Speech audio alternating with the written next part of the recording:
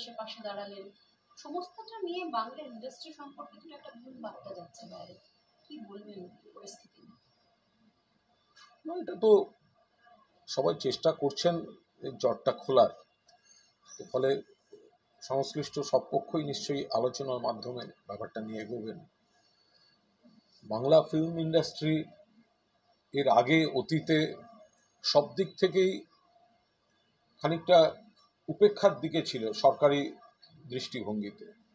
মমতা বন্দ্যোপাধ্যায়ের সরকার আসার পর টালিগঞ্জ ইন্ডাস্ট্রি সব দিক থেকে সম্মান বলুন, স্বীকৃতি বলুন, এবং কর্মীদের, টেকনিশিয়ানদের, শিল্পীদের, পরিচালকদের, সংশ্লিষ্ট সকলের সম্মান স্বীকৃতি বৃদ্ধির ক্ষেত্রে অনেক ইতিবাচক ভূমিকা নিয়েছে এই সরকার। এই আমলে সকলের স্বার্থ সুরক্ষিত, সসম্মানে কাজ করছে টলিউড। কোথাও একটা কোনো ইস্যুতে কিছু প্রবলেম হয়েছে এবং তারা আলোচনার মধ্যে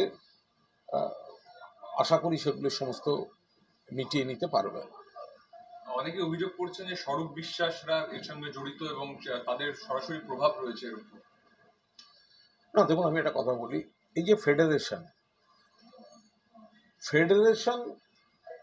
নিশ্চয়ই যারা টেকনিশিয়ান আছেন, কলাকুশলী আছেন, তাদের স্বার্থ সুরক্ষায় কাজ করছে এবং সেই স্বার্থ সুরক্ষা, তাদের অধিকার সুরক্ষিত রাখা, তাদের কর্মসংস্থান এবং পারিশ্রমিকের বিষয়ে সেগুলি একটা সুরক্ষা কবচের মধ্যে রাখা, সেটাও যথেষ্ট জরুরি। কিন্তু তার মধ্যে থেকে কোথাও কোথাও কিছু কিছু একটা গ্যাপ তৈরি হয়েছে। সেই গ্যাপগুলো আশা করা যায় তারা মিটিয়ে নিতে পারবে। দেখুন, আমার এটুকু মনে হয় এটা কোনো দলের বিষয় নয়, এর সঙ্গে তৃণমূল কংগ্রেসের কোনো দলগত অবস্থান নেই। তৃণমূল কংগ্রেস মমতা বন্দ্যোপাধ্যায়ের সরকারের নেতৃত্বে যেভাবে টালিগঞ্জ ইন্ডাস্ট্রি বা ফিল্ম ইন্ডাস্ট্রি বা এখন সিরিয়াল, ওটিটি যা যা হচ্ছে, সব দিক থেকে এত ইতিবাচক জায়গায় গোটা টালিগঞ্জ ব্যাপারটাকে নিয়ে গেছে, সেটা সার্বিকভাবে অত্যন্ত ভালো। এখন কোনো কোনো বিষয় হয়তো মতপার্থক্য চলছে। তো আমার ব্যক্তিগতভাবে মনে হয় যে যা যা দেখছি আলাদা আলাদা করে বৈঠক চলছে, যে কখনো পরিচালকরা বৈঠক করছেন, কখনো ফেডারেশন বৈঠক করছেন, কখনো প্রযোজকদের বিবৃতি আসছে, যদি যদি তারা মানে এতে কাজেরও নিশ্চয়ই কাজ বন্ধ ব্যাপারটা কেউই চাইছেন না, সকলেই চাইছেন কাজটা চালু হোক। তো এইভাবে যারা আলাদা আলাদা বসছেন, পাশাপাশি যদি তারা প্রসেনজিৎ চট্টোপাধ্যায়, গৌতম ঘোষ এবং রঞ্জিত মল্লিক এদের মতো অভিভাবকদের সামনে রেখে যদি কলাকুশলীদের প্রতিনিধিরা, পরিচালকদের প্রতিনিধিরা, প্রযোজকদের প্রতিনিধিরা একসঙ্গে একবার বসেন, তাহলে মনে হয় জটটা খোলা তাড়াতাড়ি হয়ে যায়। কারণ এই অচলাবস্থা চলতে থাকলে ওপর দিক থেকে আবার হস্তক্ষেপের একটা প্রয়োজনীয়তা এসে পড়বে। যদিও সকলেই মন প্রাণ থেকে চাইছেন এটা সলভ হোক, কিন্তু এখানে প্রসেনজিৎ চট্টোপাধ্যায়,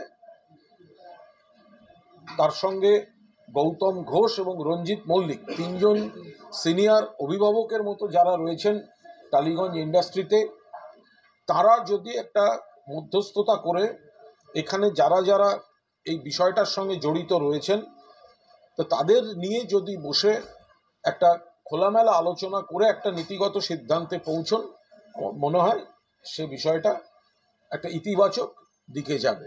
তারপর যদি তারা মনে করেন যে তারা এই বিষয়টার জটটা খোলা যাচ্ছে না, সেক্ষেত্রে তারা যদি মনে করেন আরও ওপরের হস্তক্ষেপ চাইতে, তারা কথা বলবেন। নিশ্চয়ই তো সকলের সঙ্গে তো সকলের যোগাযোগ আছে। বলছি, আপনার লেখা একটা ওয়েব সিরিজের পরিচালকের নির্বাচন ঘিরেই এই বিতর্কের সূত্রপাত। আপনি লেখক হিসেবে আপনি কি বিশ্বাস করেন যে ফেডারেশনের মানে সঙ্গে সমর্থক যে আপনি আপনি আপনি পরিচালককে এরকম সরিয়ে দিতে পারেন? দেখুন, আপনি সমর্থন করেন? না, আমি যেটুকু এই বিষয়টা, এটা ব্যক্তিগত পর্যায়ের কোনো প্রশ্নের এইভাবে উত্তর মানে খুব মুশকিল, কিন্তু আমি এটা মনে করি, কারণ যে শুটিংটা বাংলাদেশে যাওয়া নিয়ে এত কাণ্ড, যেহেতু ঘটনাচক্রে তার কাহিনীকার আমি, তারা আমার কাছ থেকে আমার গল্পটা, উপন্যাসটা, প্রকাশিত উপন্যাসটা কিনেছিলেন। ফলে এর ঘটনাবলীগুলো আমি কিছু কিছু জানি। ফলে একদিক থেকে যেমন কোথাও ফেডারেশনের একাংশের তরফে একটা হঠকারী পদক্ষেপ ছিল, আবার পরিচালকের ক্ষেত্রেও কিছু ভুল হয়েছে, ভুল পদক্ষেপ হয়েছে। এখন এর কোনোটারই কনক্লুশন কাজ বন্ধ, শাস্তি এগুলো দিয়ে হতে পারে না। যে কারণে পরিচালককে হঠাৎ কলকাতা থেকে থেমে গিয়ে বাংলাদেশে যেতে হলো কেন, এটা একটা বড় বিচার্যের বিষয়, যেটা আজ পরিচালকদের মিটিংয়ের পর গৌতম ঘোষও বলছিলেন। তো এখন সেই জায়গায় দাঁড়িয়ে আমাদের একটাই বিষয় হচ্ছে যে দুতরফেই এই বাংলাদেশে শ্যুট করতে যাওয়ার যে বিষয়টা, এই প্রাথমিকভাবে ফেডারেশনের একাংশের কিছু হঠকারী পদক্ষেপ ছিল, পরবর্তীকালে তারা আবার আলোচনায় এসছিলেন, আবার পরিচালকের তরফে নিশ্চিতভাবে কিছু ভুল পদক্ষেপ হয়েছে। ফলে দুই তরফেই কিছু টেকনিক্যাল ভুল ছিল, কিন্তু ফলে তারা ব্যাপারটাকে বৃহত্তর জায়গায় না যেতে দিয়ে নিজেরা মিটিয়ে নিলে বোধহয় ভালো করতেন। কিন্তু এখন শুধু আর সেই বিষয়টা নেই, তার সঙ্গে আরও আনুষঙ্গিক বিষয় চলে এসছে। সেই কারণেই আমি এইটুকু বলতে চাই যে যদি সিনিয়র যারা রয়েছেন, প্রসেনজিৎ চট্টোপাধ্যায়, রঞ্জিত মল্লিক, গৌতম ঘোষ, তারা মধ্যস্থতা করেন, তারা যদি কলাকুশলীদের তরফে ডেকে নেন ফেডারেশন থেকে স্বরূপ বিশ্বাস বা তার সঙ্গে আরও দু একজন, এপাশে পরিচালকদের তরফ থেকে দুজন গেলেন, ওপাশে প্রযোজকদের তরফ থেকে, আলাদা আলাদা বৈঠক, আলাদা আলাদা বিবৃতি না করে যদি বসে একটা কোনো তারা একটা সমন্বয়ের কোনো একটা ফোরাম করে যে যে ইস্যুগুলো সামনে এসেছে, কারণ শুধু বাংলাদেশ ইস্যুটা কিন্তু এখন নেই, এখন কিন্তু ব্যাপারটা আরো অনেকগুলো ইস্যু চলে এসেছে, যে কতজনকে নিয়ে কতজন, কেন এখানে হবে না, নানা রকম কিছু নিয়ম কানুন নিয়ে এসছে। তো কাজ বন্ধ না রেখে যদি গার্জেন হিসেবে প্রসেনজিৎ বাবু, রঞ্জিত মল্লিক এবং গৌতম ঘোষ, তাদেরকে যদি গার্জেন হিসেবে মেনে যদি এদেরকে দিয়ে একটা ফোরাম মতো করে এই আলোচনাটা চলতে থাকুক, যে কোন কোন কোন কোন আইনগুলো, কোন কোন নিয়মগুলো যেগুলো তৈরি হয়েছে সেগুলো একটু জটিল হয়ে যাচ্ছে, তাতে বিরূপ প্রতিক্রিয়া হচ্ছে, আলোচনা চলতে থাকুক, পাশাপাশি কাজগুলো চলতে থাকুক। এনারা যখন একটা কনক্লুশনে পৌঁছবেন তখন সেই বিষয়টা নিয়ে আলোচনা করা যাবে। যদি প্রসেনজিৎ চট্টোপাধ্যায়, রঞ্জিত মল্লিক এবং গৌতম ঘোষ, এদের তিনজনকে যদি টালিগঞ্জ পাড়ার অন্যতম অভিভাবক বলে ধরা হয়, তাহলে এদেরকে মাঝখানে রেখে যদি স্টেক হোল্ডার যারা আছেন ফেডারেশনের, তাদের স্বরূপ বিশ্বাস এবং বাকিরা, এপাশে অভিনেতা অভিনেত্রীরা, ওপাশে পরিচালকরা, ওপাশে প্রযোজকরা, কাউকে বাদ দিয়ে তো হবে না। ফলে এরা বসে তারা যদি একটা কমিটি করতে চান, কোনো অলিখিত কোনো কিছু করতে চান, তারা করুন, কিন্তু কোন কোন নিয়মে কি কি সমস্যা হচ্ছে, তার জন্য কি কি ক্ষতি হচ্ছে ইন্ডাস্ট্রির, বা উল্টো যুক্তি যা যা আছে, তারা একটা আলোচনার দরজাটা এক টেবিলে বসে খুলুন, পাশাপাশি স্টুডিওর ফ্লোরগুলো কাজের জন্য খুলে যাক। সেক্ষেত্রে পরিচালক থেকে শুরু করে সকলেই, আজকেও সারাদিন যা খবর পাচ্ছি বহু পরিচিতই বলছেন অনেকের কাজ আটকে যাচ্ছে, অনেকের কাজ বন্ধ হচ্ছে। ফলে কলাকুশলী হন বা পরিচালক হন, সবাই নিশ্চয়ই চাইবেন কাজটা হোক, কিন্তু যে সমস্যাগুলো উঠে এসছে সেগুলো আবার জেনুইন সমস্যা, এই সমস্যাগুলো সমাধান দরকার। কিন্তু সমস্যাগুলো যদি ইগোতে আমার এইটা মানতে হবে, ওর ওইটা মানতে হবে, তাহলে এই জটটা খুলবে না, বা একটা জোড়াতালি দিয়ে জট খুললেও আবার 15 দিন বাদে একই জট তৈরি হবে। তার বদলে যদি তিনজন এরকম মাথা যারা রয়েছেন, অভিভাবক যারা রয়েছেন, সবাই শ্রদ্ধা করেন, গোটা ইন্ডাস্ট্রিটাকে যারা বোঝেন, এরকম তিনজন তারা যদি আমন্ত্রণ করেন, আরো দু একজন তারা নিয়ে স্টেক হোল্ডার যারা আছেন সব অংশ থেকে প্রতিনিধিত্ব নিয়ে এই আইন কানুনগুলো কারা আইন করেছে, সেই আইনটা আজকে কতটা সুবিধাজনক বা অসুবিধাজনক, একটা বিকল্প আলোচনা, একটা ফোরাম, একটা কমিটিতে চলতে থাকুক, পাশাপাশি ফ্লোরগুলো শুটিংয়ের জন্য খুলে যায়। লাস্ট হচ্ছে যে এই বিষয়ে যে স্বরূপ বিশ্বাস যেহেতু ফেডারেশনের মাথায় আছেন এবং তৃণমূলের তিনি রাখবেন সাধারণ সম্পাদক, তা সেক্ষেত্রে কি দলের ভাবমূর্তি নষ্ট হচ্ছে না, যে এরকম একটা হঠকারী সিদ্ধান্তের জেরে ফেডারেশনের এরকম একটা ইন্ডাস্ট্রি? না, এটার সঙ্গে দলের ভাবমূর্তি এত ঠুনকো নয় যে কোনো একটা ঘটনায় দলের ভাবমূর্তির ক্ষতি হবে। দলের ভাবমূর্তি অনেক উজ্জ্বল হয়েছে যখন মমতা বন্দ্যোপাধ্যায়ের নেতৃত্বে টালিগঞ্জ ইন্ডাস্ট্রিতে একটা জোয়ার এসছে। টালিগঞ্জ ইন্ডাস্ট্রিকে স্বীকৃতি, সম্মান, কলাকুশলীদের নিয়ে ফেডারেশন, তাদের অধিকার রক্ষা, সকলের ভালো থেকে ইন্ডাস্ট্রিটাকে এগিয়ে নিয়ে যাওয়া, এত ভালো ভালো প্রোডাকশন দিচ্ছে টালিগঞ্জ। ফলে সেই জায়গায় দাঁড়িয়ে কোনো একটা বিষয়, কোনো ইস্যুতে ডিসপিউট হতে পারে, মতপার্থক্য হতে পারে, এর সঙ্গে দলের আর স্বরূপ বিশ্বাস, তিনি আবার তার যে 7-8 হাজার কলাকুশলী রয়েছেন তাদের স্বার্থটাও সুরক্ষিত রাখার জন্য স্বরূপ বিশ্বাস চেষ্টা করছেন। ফলে সেই জায়গায় দাঁড়িয়ে আমি আবারও বলছি, সেই কারণেই আমি বলছি, এখন ধরা যাক পরিচালকরা এক জায়গায় বসলেন, ধরা যাক প্রযোজকরা এক জায়গায় বসলেন, ধরা যাক টেকনিশিয়ানরা এক জায়গায় বসলেন, এটা না করে যদি তিনজন অভিভাবক, প্রসেনজিৎ চট্টোপাধ্যায়, রঞ্জিত মল্লিক এবং গৌতম ঘোষ, তাঁদেরকে রেখে কলাকুশলীরা, স্বরূপ বিশ্বাস থাকলেন সেখানে, এপাশে থাকলেন পরিচালকরা, এপাশে থাকলেন অভিনেতা অভিনেত্রীরা, ওপাশে থাকলেন প্রযোজকরা, যাতে একটা ইন্ডাস্ট্রি চলার স্বার্থে কর্মসংস্থানের অধিকার অটুট রেখে ডিরেক্টরদের সম্মান, স্বাধীনতা এবং প্রজেক্টের ভায়াবিলিটি এখানে একটা বড় কথা, সেই জায়গাটা অটুট রেখে তারা একটা ফর্মুলা তৈরি করুন। আর ততক্ষণ পর্যন্ত এই ফ্লোরগুলো খুলে যাক, শুটিং চলতে থাকুক। দেবের মতো সাংসদ বা রাজের মতো বিধায়ক তারা সমালোচনা করছেন প্রকাশ্যে, তাহলে কি এখানে দলের বিষয়টা জড়িয়ে পড়ছে না? কেন তো আপনারা এটা দলকে ধরছেন বিষয়টা? যদি দেখা যায় দল মানে কি, সব দিকে তৃণমূলের সংখ্যা বেশি, তৃণমূলের সদস্য বেশি, তৃণমূলের জনপ্রতিনিধিত্ব বেশি, তো সমাজের সব দিকে, ইন্ডাস্ট্রিরও সব পেশাতেই, সব শাখাতে তৃণমূলের লোক বেশি। তো সুতরাং এগুলোকে আপনারা তৃণমূল হিসেবে দেখবেন না। দেবও এটা বলেছে, আমি দেখলাম, যে রাজনীতি মেশাবেন না, এটা ইন্ডাস্ট্রির কিছু বিষয় নিয়ে কথা বলছে, এবং আমরাও মনে করি ইন্ডাস্ট্রির ভেতরের মানুষরাই এটা স্থায়ী সমস্যার সমাধান করতে পারেন।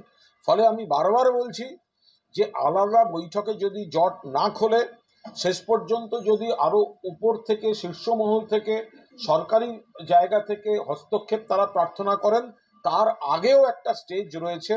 আমি আবারও বলছি, রঞ্জিত মল্লিক, প্রসেনজিৎ চট্টোপাধ্যায়, গৌতম ঘোষের মধ্যস্থতায় প্রত্যেকটি জায়গা থেকে, প্রত্যেকটি শাখা থেকে যদি 2-3 জন করে প্রতিনিধি নিয়ে এই চলতি ডিসপিউটগুলো থেকে বের হবার একটা ফর্মুলা খোঁজা হয়, সেটা দ্রুত পরপর কিছু বৈঠকে চলতে থাকুক, পাশাপাশি কাজ বন্ধর বিষয়টা উঠে যাক, ফ্লোরগুলোয় শুটিং চলুক। প্রধানমন্ত্রী আজকে বাংলার বিজেপি সাংসদদের সঙ্গে বৈঠক করেছেন, যেখানে তিনি বলেছেন যে এবারে লোকসভা নির্বাচনের যে ফল তা আসলে মানুষের রাজনৈতিক ইচ্ছার বহিঃপ্রকাশ নয়, আমরা দ্রুত ক্ষমতায় আসবো। আচ্ছা, হাস্যকর কথাবার্তা। প্রধানমন্ত্রী যদি এরকম অগণতান্ত্রিক কথাবার্তা বলেন, তাহলে তো ধরতে হয় ওই বাংলার সাংসদদের তিনি ওই বাচ্চাদের লালিপপ দিয়ে খুশি করার মতো তিনি সংলাপ দিচ্ছেন। একটা ভোট হলো, তাহলে উনি যদি মনে করেন এটা মানুষের প্রতিফলন নয়, তাহলে উনি যে প্রধানমন্ত্রী হয়েছেন, তো একই ভোটে প্রধানমন্ত্রী হয়েছেন, একই নির্বাচন কমিশন করেছে, একই কেন্দ্রীয় বাহিনী করেছে, তাহলে প্রধানমন্ত্রীর চেয়ারে নরেন্দ্র মোদীর বসাটাও নিশ্চয়ই দেশের মানুষের ইচ্ছা পূরণ হয়নি। তাহলে সেটা মেনে নিন। আপনি প্রধানমন্ত্রী হবেন, তখন সেই ভোটটাকে স্বীকৃতি দেবেন, যদিও আপনার সংখ্যা কমে গেছে, আর বাংলায় আপনাদের সংখ্যা আরো কমে গেছে বলে বাংলায় ভোটটাকে স্বীকৃতি দেবেন না, এটা অগণতান্ত্রিক কথা। এই করে করে আপনারা কমে গেছেন, আরো কমবেন এবং উঠে যাবেন। বাংলার উন্নয়ন করতে পারে একমাত্র বিজেপি। মিথ্যা কথা বলছেন। লেভেল প্লেইং ফিল্ড নেই ওনার হাতে, কেন্দ্রের ক্ষমতা বলে উনি বাংলার টাকা বন্ধ রাখছেন।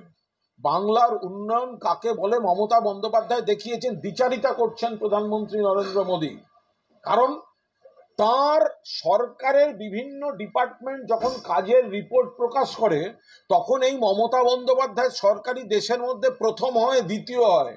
কোন মুখে বলছেন? প্রশাসনিক ক্ষেত্রের রিপোর্টে দেখা যায় পশ্চিমবঙ্গ সরকার কাজের ক্ষেত্রে এগিয়ে, আর সস্তা রাজনীতির জন্য বলেন উন্নয়নের বিজেপি করবে।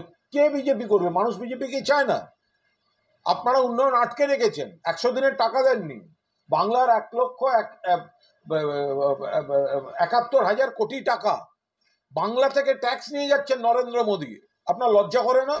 গত 4-4.5 বছরে 4,64,000 কোটি টাকা বাংলা থেকে ট্যাক্স নিয়ে গেছেন, আর বাংলাকে 1,71,000 কোটি টাকা বাংলার বকেয়া দিচ্ছেন না, আবাসের দিচ্ছেন না, বিভিন্ন স্কিমের দিচ্ছেন না, প্রাকৃতিক দুর্যোগের প্রাপ্য পুরো টাকা দিচ্ছেন না। আগে টাকাটা বাংলাকে দিন। আপনি টাকা আটকে রেখে বলছেন যে আপনার দল নাকি এসে উন্নয়ন করবে। আপনারা বাংলা বিরোধী, আপনারা বাংলাকে ঘৃণা করেন, আপনারা বাংলার মানুষের প্রত্যাখ্যান, রাজনৈতিক প্রত্যাখ্যানকে প্রতিহিংসামূলক ভাবে নিয়ে বাংলার টাকা আটকে রেখেছেন। আগে বাংলার টাকা ছাড়ুন, তারপর বড় বড় কথা বলবেন।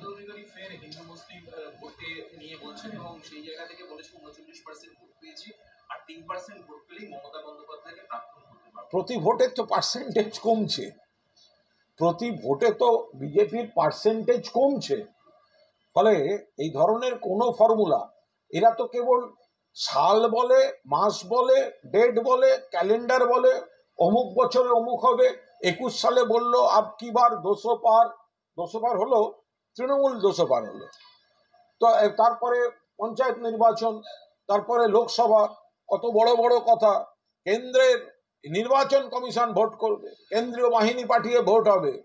30 থেকে 35 নেমে গেল 12-এ। ক্রমশ কিছু সাময়িক মানুষ ভুল বুঝে বিজেপিকে ভোট দিয়েছিলেন, আর সিপিএম এর একটা ভোট ব্যাংক বিজেপিকে ভোট দিয়েছে, তাই বিজেপির কিছুটা ভোট বেশি দেখাচ্ছিল, সেটা কমতে শুরু করেছে। তারপরে এই গোষ্ঠীদ্বন্দ্বে দীর্ণ বিজেপি, গোষ্ঠীদ্বন্দ্বে দীর্ণ বিজেপি। আরে ওখানে তো আবার ভাগ করতে হবে, শুভেন্দুপন্থীদের শতাংশ কত, দিলীপপন্থীদের শতাংশ কত, সুকান্ত বাবুদের শতাংশ কত।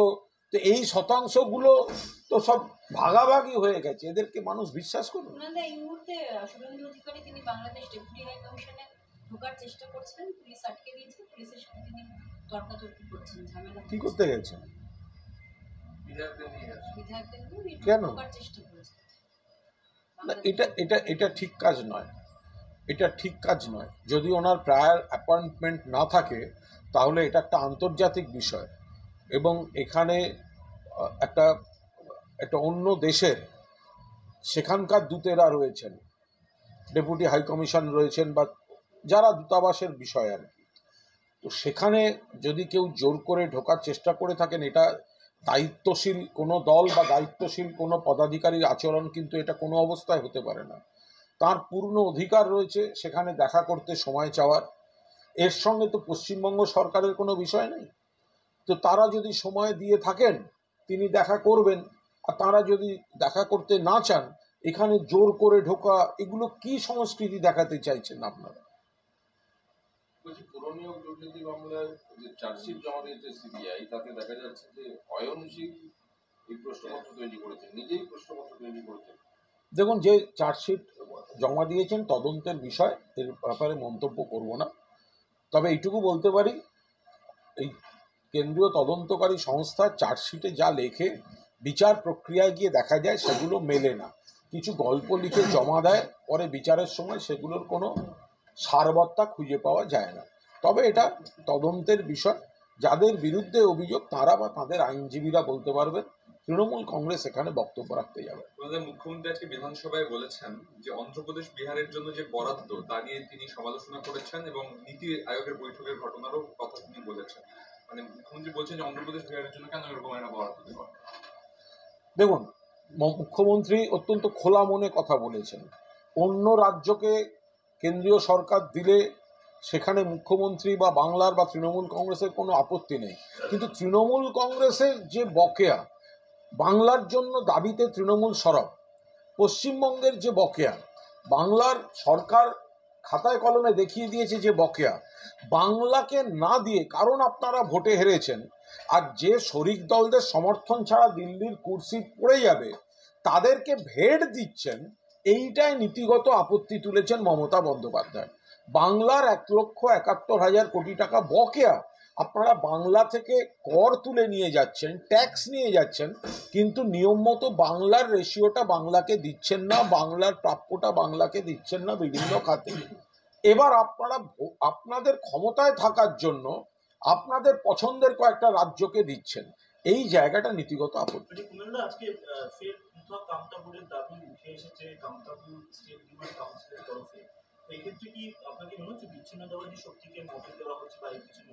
বাংলার মানুষ অটুট বাংলা চান। মমতা বন্দ্যোপাধ্যায়ের নেতৃত্বে বাংলার প্রতিটি প্রান্তে প্রতিটি জেলায় যে উন্নয়ন হচ্ছে আগে কখনো হয়নি।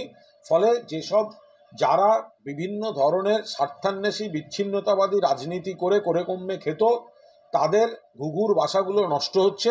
ফলে তারা আবার তাদের পুরনো স্লোগান নিয়ে ব্যবসা করতে নেবে, যেটা হচ্ছে একদম পরিষ্কার কথা। কামতাপুরীদের জন্য মমতা বন্দ্যোপাধ্যায় যে পরিমাণ সম্মান দেন এবং যে যে উন্নয়নের কাজ করেন, অন্যান্য সব জেলার ক্ষেত্রেও যা যা করেন, সেখানে একমাত্র বঙ্গ বিরোধী না হলে কেউ বাংলা থেকে ভাগ করার কথা বলবে না। পুরান্দা সিপিএমের চিঠি বেরিয়েছে এবং সেই চিঠিতে তারা স্বীকার করে নিয়েছেন যে লক্ষ্মীর ভান্ডারকে কোট পার্টির একটা অংশ, যারা উপকোচ বা ডোল পলিটিক্স বলেছেন, তাতে মানুষের সঙ্গে বিচ্ছিন্নতা বেড়েছে, মানুষ ভুল বুঝেছে, ভোট বক্সে তার রিফ্লেকশন হয়েছে। পাশাপাশি এটাও বলেছেন যে পার্টির একটা বড় অংশ যারা বিজেপি বিরোধিতায় অত সক্রিয় ছিল না, অনেক বেশি তৃণমূল বিরোধিতায় সক্রিয় ছিলেন, পার্টির লাইনটাই তারা বুঝতে পারেননি। দেখুন, সিপিএম এর সবচেয়ে বড় সমস্যা হচ্ছে তারা প্রত্যেকবার একটা করে বৃহৎ ভুল করে আর কিছুদিন পর তাদের পার্টির একটা গোপন ডকুমেন্ট বেরোয়, তাতে দেখা যায় সেই ভুলটা স্বীকার করছে। আপনি যদি জ্যোতি বসুর প্রধানমন্ত্রিত্ব থেকে দেখবেন, পরবর্তীকালে দেখবেন এরকম অজস্র ভুল আছে। উন্নয়নের ক্ষেত্রে প্রাথমিক শিক্ষা থেকে ইংরেজি তুলে দেওয়া আবার ফিরিয়ে আনা ভুল, কম্পিউটারটা ঢুকতে দেব না বলে হইচই ভুল, জ্যোতি বসুকে প্রধানমন্ত্রী হতে না দেওয়া ভুল, সোমনাথ চট্টোপাধ্যায় তাকে পার্টি থেকে বহিষ্কার করা ভুল, ইউপিএ সরকার থেকে সমর্থন প্রত্যাহার করে নেওয়া ভুল, এবং তাতেও সরকার পড়েনি। এবং দেখবেন 2008 সাল, আজ থেকে 16 বছর আগে প্রথম সিপিএম যখন ধাক্কা খায় পঞ্চায়েত নির্বাচনে দুটো জেলা পরিষদ, তখন সম্পাদক মণ্ডলী স্টেটমেন্ট করেছিল আমরা ভুলগুলো চিহ্নিত করার চেষ্টা করছি, আমরা সংশোধন করে পার্টি ঘুরে দাঁড়াবে। তো 2008 থেকে 2024 এখনো ভুলও চলছে, সংশোধনের কোনো লক্ষণ নেই, সমান ঔদ্ধত্য।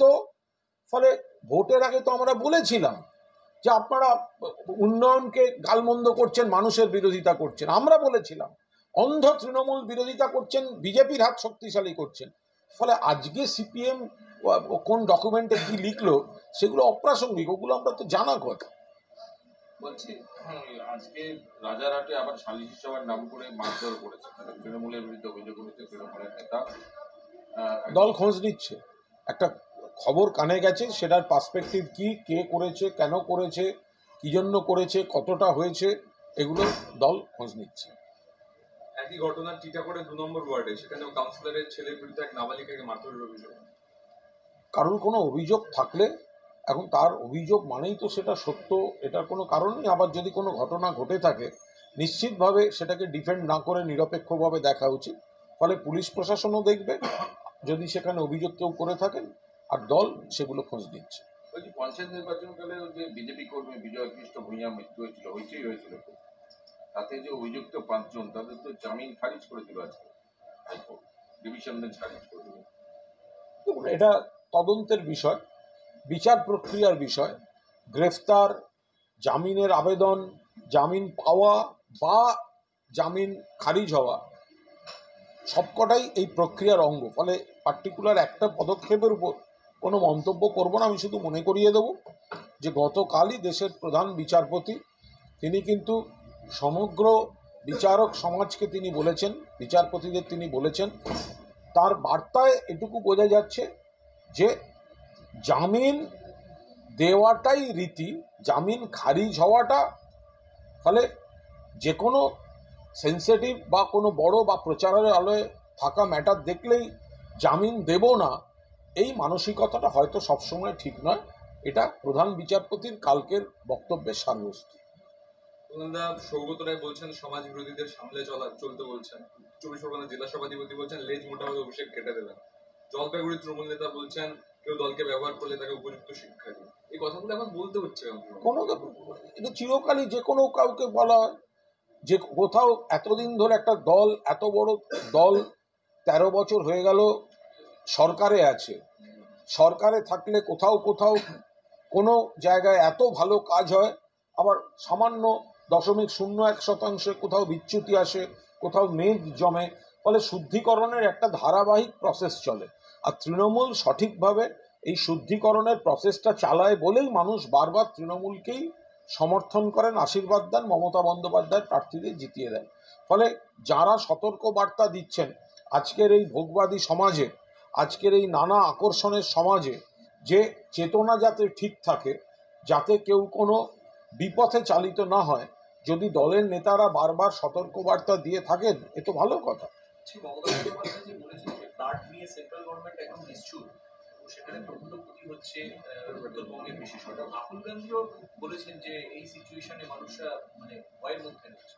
না, সেটা তো বলাই হচ্ছে যে বন্যা নিয়ন্ত্রণ বলে বিজেপি যাদের পছন্দ করে সেরকম কয়েকটা রাজ্যকে টাকা দিচ্ছে, আর বন্যায় ক্ষতিগ্রস্ত হয় পশ্চিমবঙ্গ, এবং এমনকি অন্য রাজ্য, অন্য দেশ থেকে জল নেমে ক্ষতিগ্রস্ত হয় পশ্চিমবঙ্গ, সেখানে পশ্চিমবঙ্গের বিস্তীর্ণ অঞ্চল নিয়ে নীরব দর্শক কেন্দ্রীয় সরকার তিস্তা প্রকল্প থেকে উত্তরবঙ্গের একাধিক প্রকল্প, এদিকে দক্ষিণে ঘাটাল মাস্টার প্ল্যান, এগুলোর কোনো উচ্চারণ নেই কেন্দ্রীয় সরকারের মুখে।